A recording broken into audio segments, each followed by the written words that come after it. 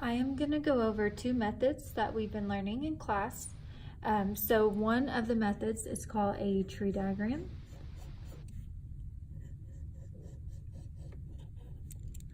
The other method is called an array. So we're going to read the word problem, and we are going to create a tree diagram and an array based off this word problem.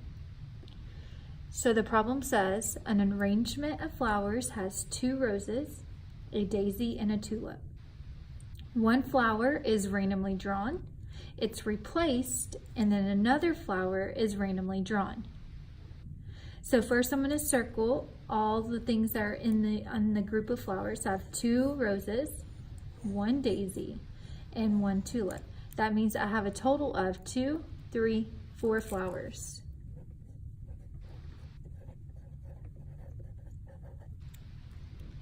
Now they told us all these flowers, they're like in a group. And one flower is going to be randomly drawn. It's going to be replaced back into the group of flowers. And then another flower is going to be drawn. So the whole point of a tree diagram is to make a list of all the possible options there are from doing what they just said, drawing 2 flowers. Because the first time I draw a flower, I could get a rose. But then the second time I draw the flower, it could be a daisy. That's one option, a rose and then a daisy. Another option is a daisy and a rose. Another option is a rose and a tulip, or a tulip and a daisy, or a daisy and a tulip. There's so many options. So what a tree diagram does is it makes a list of all of the possible options of getting 2 flowers without missing one. So whenever you do a tree diagram, you always have a start. Here's my starting spot. And I am doing 2 things. I'm first going to pick a flower, and then I'm going to pick a second flower. So the things that you do get written at the top. These are called events. So my first event is pick 1.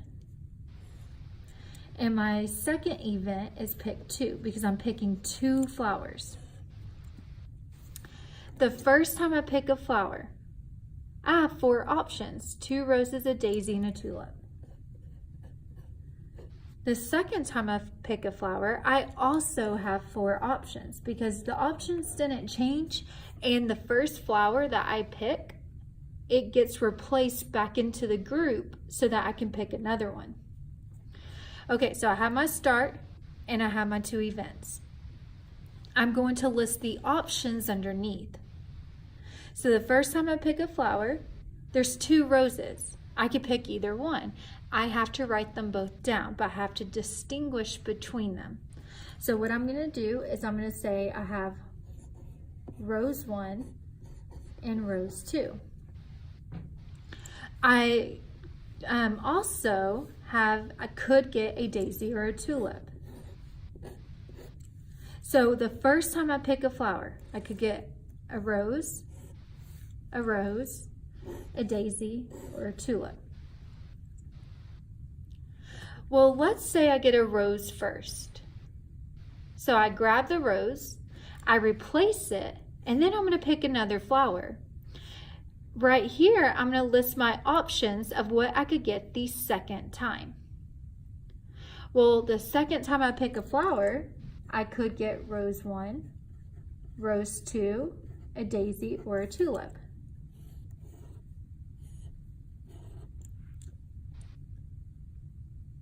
Well, maybe I did not pick a rose the first time, or rose 1 the first time. Maybe I got rose 2 the first time. So let's say I started here.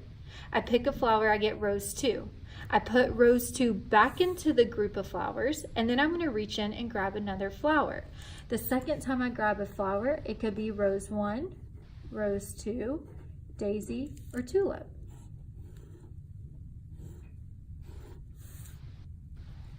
So let's say, and these are just options. That's not saying what I did do. It's saying, okay, this is what could happen. Let's say I reached in, I grabbed a flower, it was a daisy. I replaced the daisy back into the group of flowers, and I reached in and grabbed another one. The second flower could be rose 1, rose 2, the daisy, or the tulip, because those 4 options are all possible. If I got a tulip first, I could have gotten a rose 1, a rose 2, a daisy, or a tulip second. Okay, so that is what a tree diagram is. It looks like a tree, and these are kind of supposed to be like branches. So the whole point of a tree diagram is so that I can make a list of all the possible outcomes of picking 2 flowers out of this group of flowers. So now I need to make the list. And what we do is we use a highlighter, and I'm going to trace one of the paths. So starting here, I could get rose 1 and then rose 1 again. So I'm going to write it up here. Or I could have gotten rose 1 first and then rose 2 second. Or I could have gotten rose 1 first and then a daisy second. Or I could have gotten rose 1 first and then a tulip second. So I know that I listed all the possible combinations of getting rose 1 first because I've highlighted everything, so I did not miss one. So now I'm going to go this way. I could have gotten rose 2 first and then rose 1 second. Or I could have gotten rose 2 first and then rose 2 second. If at any time during this video you need a pause to get caught up or to rewind it so that you can watch it again, so that you understand it better, you can do that. You can pause it so you can get caught up. You can pause it so you can think about something we just talked about, or you can pause it and rewind it and rewatch it. Okay, so I left off at rose 2. I could have gotten rose 2 first and then a daisy second. Or I could have gotten rose 2 first and then a tulip. Okay, I know I covered everything with a rose 2 in it. Now going this way, I could get a daisy first and then rose 1. And I want to remind you the reason why we call it rose 1 and rose 2 is because we have 2 roses. And so I need to make sure that I distinguish between them because they are their own flower. There are 2 of them in there. Okay, I could have gotten daisy and then rose 2. Or a daisy and then a daisy again. Because I'm picking a flower 2 times. This is the first time I picked it. This is the second time I picked it. Or I could have gotten a daisy and then a tulip. Okay, let's go this way. I could have gotten a tulip and then rose 1. Or I could have gotten a tulip and then rose 2. Or I could have gotten a tulip and then a daisy. Or I could have gotten a tulip and then another tulip. Okay, so that is a list of all the possible ways of picking 2 flowers out of this group of flowers. Now, when you are done making the list, you draw these around it. The name of these are called braces. But we like to call them in class, we call them fancy parentheses. It kind of helps us remember what we're talking about. So anytime you make a list of all the possible outcomes, you put these fancy parentheses around them because this is called sample space. Sample space is where is the list of all the possible outcomes. Now there is a way to check to make sure you didn't miss one. That's called FCP. And what it stands for is Fundamental Counting Principle.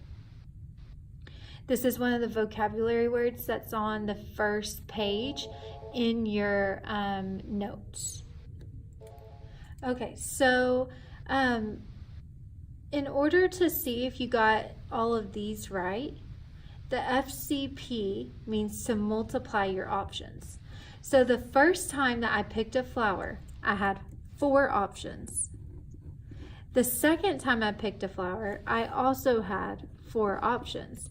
4 times 4 is 16. So I should have 16 here. 1, 2, 3, 4, 5, 6, 7, 8, 9, 10, 11, 12, 13, 14, 15, 16. I do, so that means I did not miss one. Okay, so that's the first thing that we've been talking about is tree diagrams. Now, arrays do the same thing that a tree diagram does, but it's just instead of doing a tree, you do it in the box. But it does the same thing. It's going to give you a list of all the possible outcomes. So just like with a tree diagram, we had to write our events up here. So the first event was picking a flower, and then the second event was picking a second flower. Well, we're going to do the same thing down here. So where we wrote pick 1 here, you're going to write it on this side over here. The first time we pick a flower, there are 4 options. Okay, and then where it says pick 2, I'm going to write that up here. The second time I pick a flower, there are also 4 options. Now, up here, whenever I listed the options underneath, I'm going to do the same thing, but I'm going to list them here. So the first time I pick a flower, my options are red 1, red 2, daisy, or tulip. Pause the video if you need to, but I'm going to keep going. So what's important to remember that whenever you list the options on the side, you take up all the space. You don't want to do this.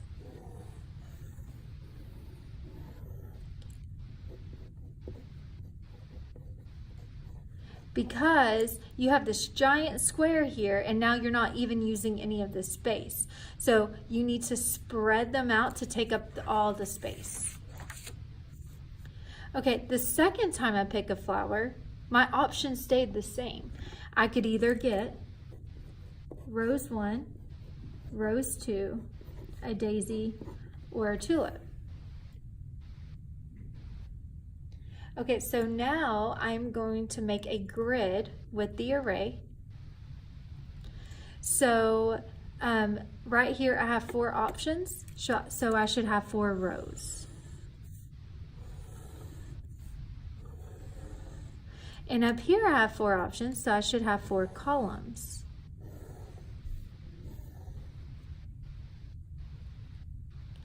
And then I'm going to treat this like a multiplication chart. So for example, if I was looking at this square here, I'm going to follow to the outer sides, and those are my 2 things that I write in that square. Now this was pick 1, so I have to write this one first. So for this spot, I have R2, and then I have daisy.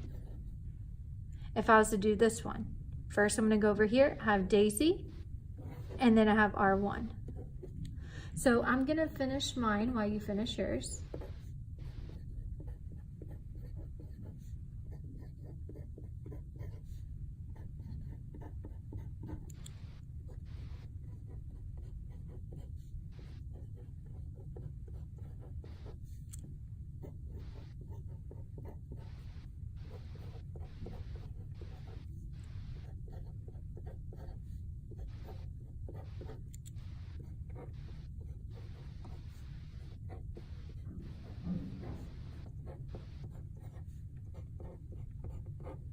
Okay, you can pause the video if you need to, but I'm going to keep going.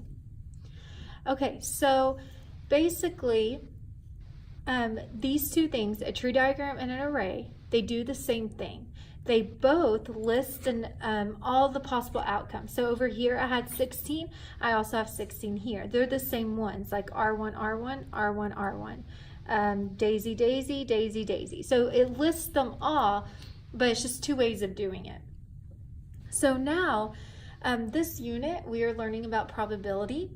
So the reason why you had to list all the outcomes is because you have to answer some probability questions. So I am going to do these 2 questions with you, and we're just going to use the array right here to answer them. Okay, so the first question says, what is the probability of drawing a rose, replacing the rose, and then drawing a rose again. Anytime you answer a probability question, you have to start off like this.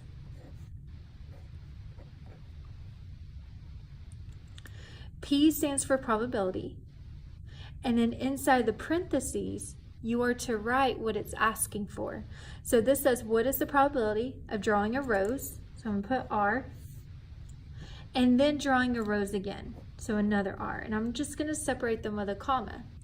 So to answer this question of getting a rose and then a rose, you have to give a probability answer in 3 ways.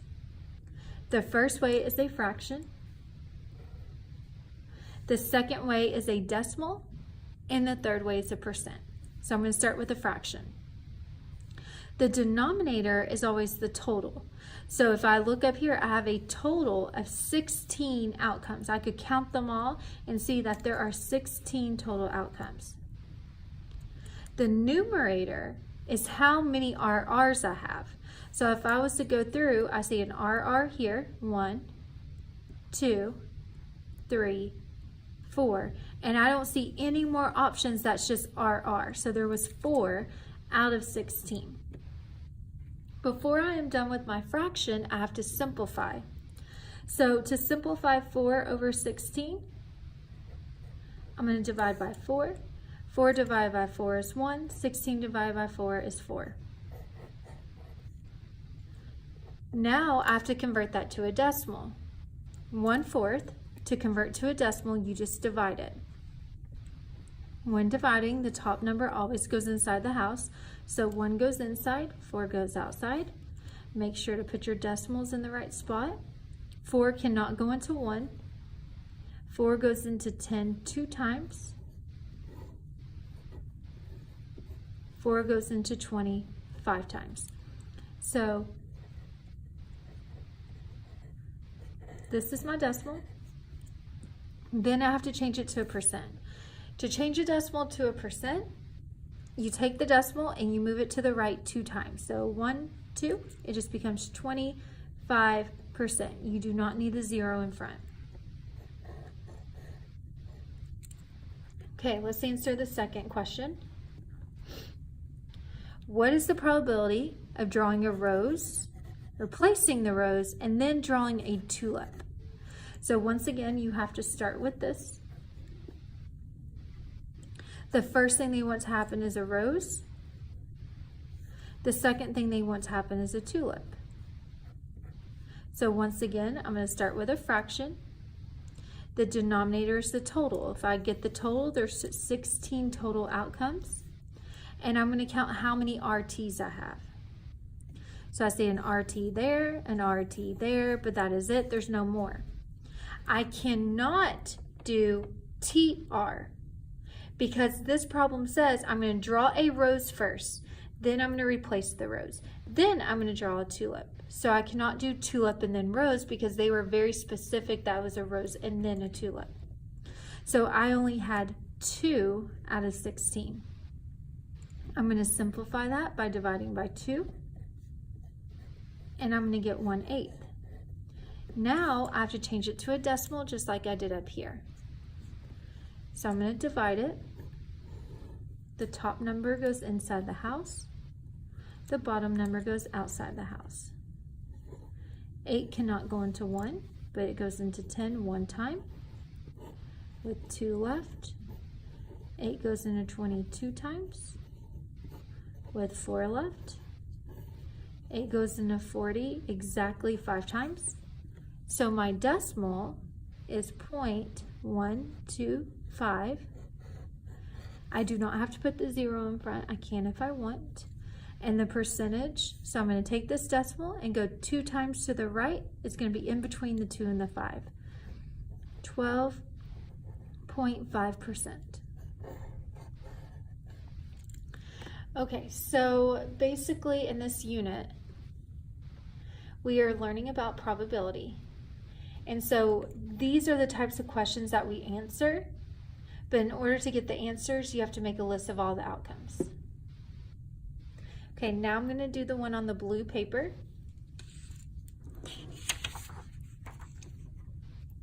It's the same exact problem, but the only difference is we are not going to replace the first flower. So I still have 2 roses, 1 daisy, and 1 tulip. And so that is still a total of 4 flowers. But the difference is that it says 1 flower is going to be randomly drawn. That flower that I draw first, I am not going to replace it, but then I'm going to grab another flower out of the group. Okay, so starting with my tree diagram,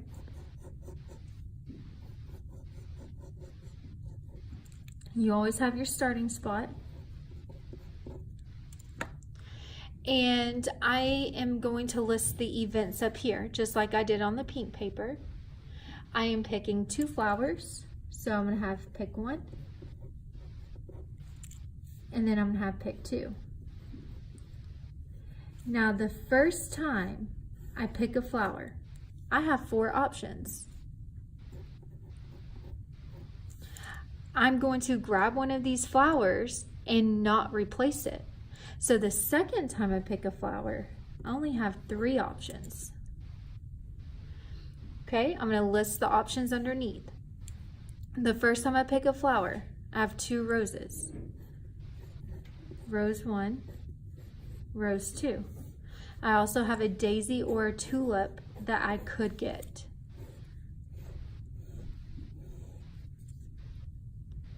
Well, let's say I reach in and I grab rose 1. I'm going to put that to the side and I am not going to replace it. I'm then going to reach in and pick a second flower. So when I'm listing my options for the second flower, I cannot pick rose 1 again because I did not replace it. I could get rose 2, I could get a daisy, or I could get a tulip. That's why I only have 3 options, because that first option I took out and did not replace it. If I was to get rose 2 the first time, the second time I cannot get rose 2 again. I could get rose 1, a daisy, or a tulip though, because those are still in there. If I get a daisy the first time, and remember these are what ifs. It's not saying I'm doing all these things. It's saying, what if I did get a daisy first? I cannot get a daisy again because I did not replace it.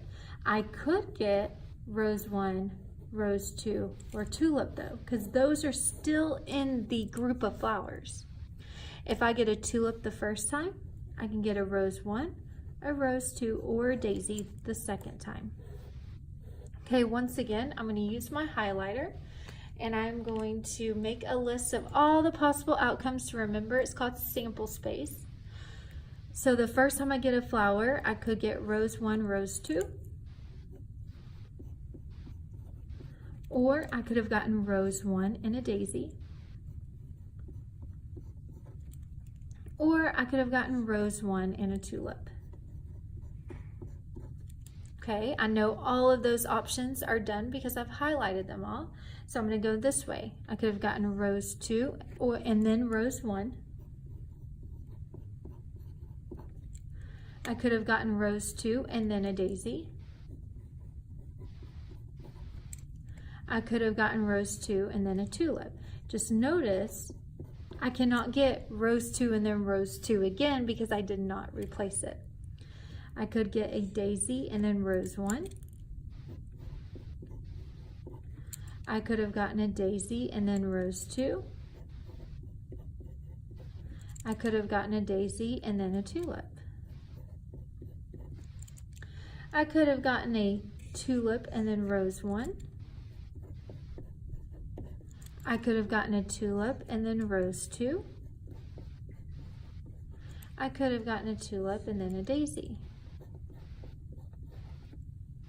Okay, so that's all the possible options that I could have gotten 2 flowers.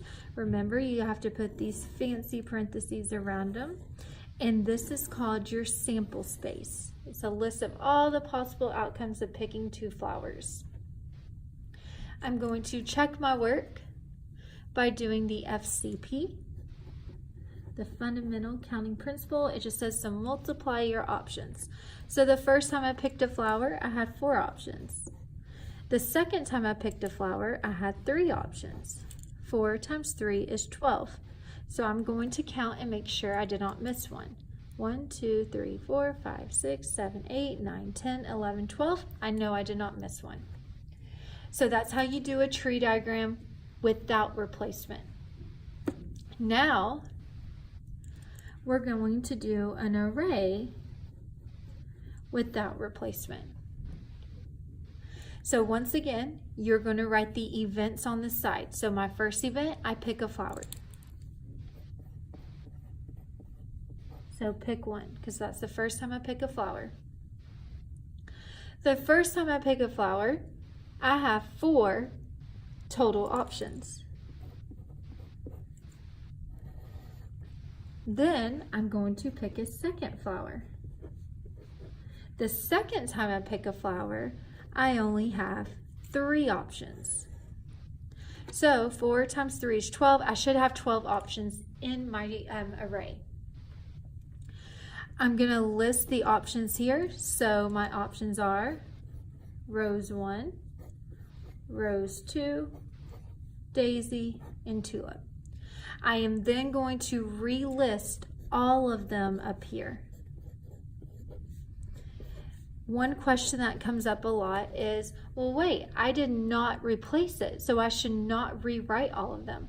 But the problem is you can't just choose to take one out, because if I take out tulip, well then daisy and tulip would not be an option, and that is an option. So I'm going to show you what to do if it's not replaced.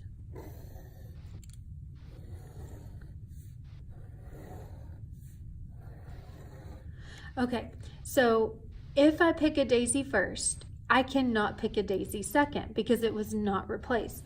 So in that square, I'm just going to put an X. If I get a tulip first, I cannot get a tulip second. If I get rose 2 first, I cannot get rose 2 second. And if I get rose 1 first, I cannot get it second. So I should have, ready? 4 times 3 is 12. I should have 12 open spots, and I do, because there's 12 outcomes. So I'm going to do the same thing I was doing on the pink paper. I'm going to treat this like a multiplication chart, and I'm going to write the outcomes inside the squares. So here the first is R1 and then R2.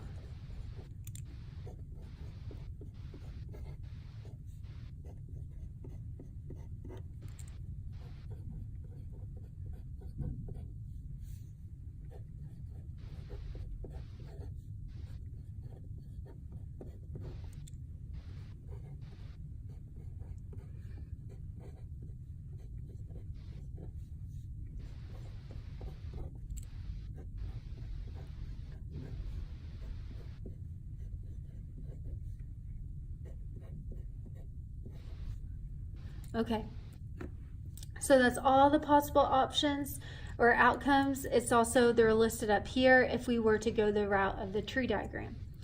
I am now going to answer these questions at the bottom, just like we did last time. What is the probability? And you can pause the video if you need to get caught up, but I'm going to keep going. So what is the probability of drawing a rose, not replacing it, and then drawing a rose again? So you always start like this. The first thing they want to happen is to get a rose. The second thing they want to happen is to get another rose. So starting with my fraction, on the denominator is the total. I have 12 total options up here. And I'm going to count how many of those are rose rows. So I see 1 here, I see 2 there, but that's the only ones I see. I am going to simplify that by dividing by 2. So there's my fraction answer. Now I have to give a decimal answer and then a percent answer. To change a fraction to a decimal, I'm going to divide.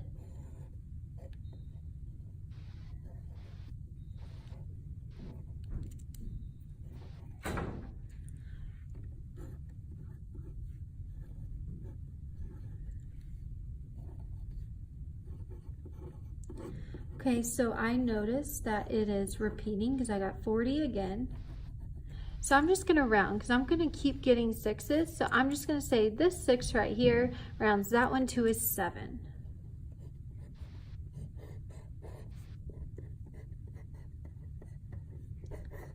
And all I did was take the decimal 2 times to the right. Okay, we have one more question. What is the probability of drawing a rose, not replacing it, and then drawing a tulip? The first thing they want to happen is a rose. The second thing they want to happen is a tulip. Starting with my fraction, I have 12 total options up here in this array. I need to count how many RTs I have. So I have 1, 2, but that's all I see. So 2 out of 12. And I actually had the same answer on the question before. So I just have to rewrite these answers because I know it's going to simplify down to 1/6. When I divide it, I already have my answer. And I know the percentage.